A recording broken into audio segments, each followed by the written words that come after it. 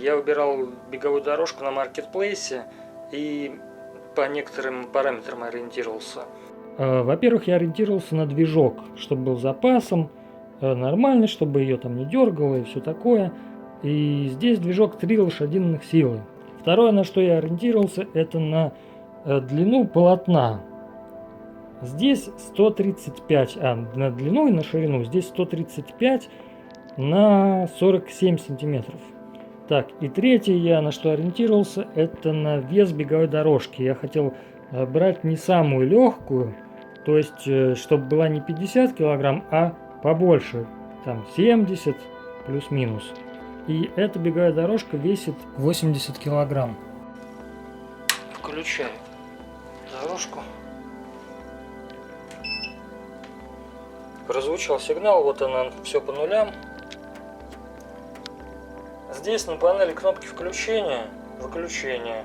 Здесь регулировка скорости можно сразу выставить. Здесь прибавляем, убавляем, и также скорость регулируется справа на ручке. А слева на ручке регулируется подъем беговой дорожки. И здесь тоже кнопки подъема, плюс-минус подъем, кнопки для встроенных динамиков, к которым можно подключить телефон или плеер.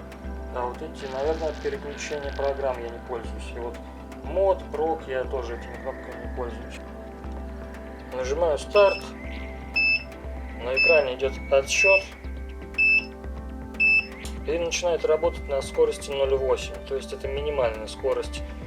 Например, если я занимаюсь и мне нужно передохнуть или отойти там на минуту, я убавляю скорость до 0,8. Вот эта вот штука измеряет пульс. Но держаться за поручни, не поручни, а за ручки, держаться за ручки и бежать не очень удобно. Мне, например, вообще неудобно. И поэтому я для измерения пульса использую часы и пояс. Кстати, часы. Я еще давно, лет 10 назад, покупал часы с пульсометром, и они идут с поясом. Вот, пояс надевается на грудь, смачивается водой, и пояс, и вот эти места, где он там измеряет, и погнал. Часы будут показывать.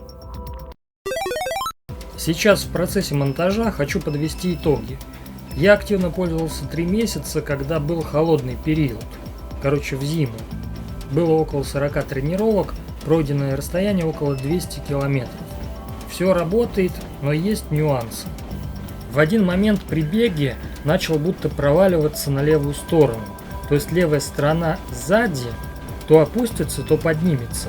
Оказалось, что на одном болту гайка стала прокручиваться. Я снял шайбу, и получилось закрутить гайку дальше. Сверху еще одну гайку накрутил, и стало нормально. Второй нюанс – это ощущение рывков по звуку мотора. При этом полотно идет плавно. Не знаю, какая деталь на это влияет. Также спереди появляется скрип время от времени. Наверное, это подшипник скрипит. Такая фигня через пару месяцев после покупки неприятно, конечно.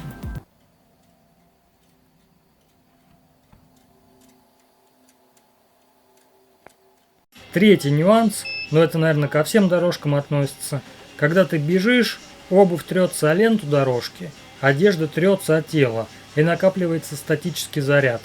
Потом берешься за ручку, заряд разряжается, слегка раздражает. Антистатический браслет можно купить, но нужно зацепить за металл без краски. Пока не покупал. По звуку встроенные динамики быстро надоели, давят на уши. Подключил Bluetooth усилитель к колонке и прямо во время бега переключаю песни с телефона. Можно и без телефона, через флешку слушать.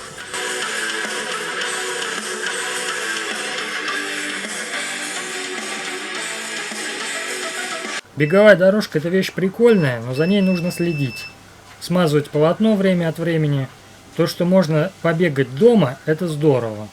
Зимой для пробежки на улице нужно много одежды надевать, еще обувь может скользить, и собаки агрессивные бесят. Конкретно эту модель мне сравнивать не с чем, другими не владел.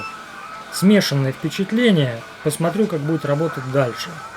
Сейчас лето, жарко, и дома я не занимаюсь на дорожке. Ближе к зиме возобновлю занятия. И еще добавлю про эту модель. В характеристиках указана форма поставки в разобранном виде, но она приходит в сложенном виде.